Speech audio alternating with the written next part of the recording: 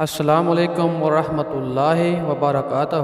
آج کا ہمارا تیسرا موضوع تجارت میں برکت کے بارے میں ہے۔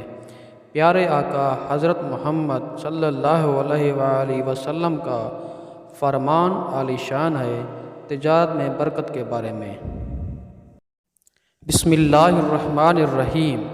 رسول اللہ صلی اللہ علیہ وآلہ وسلم نے ارشاد فرمایا، خرید و فروخت کے وقت سچائی سے کام لینے اور ہر بات کھول کر بیان کر دینے کے لیے تجارت میں برکت ڈال دی گئی ہے۔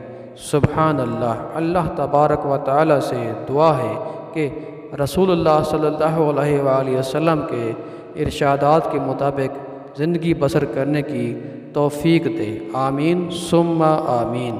مزید ہماری اچھی ویڈیوز دیکھنے کے لیے اسلامک پوائنٹس چینل کو سبسکرائب کریں اور شیئر کرنا نہ بھولیں۔ شکریہ۔ السلام علیکم ورحمۃ اللہ وبرکاتہ۔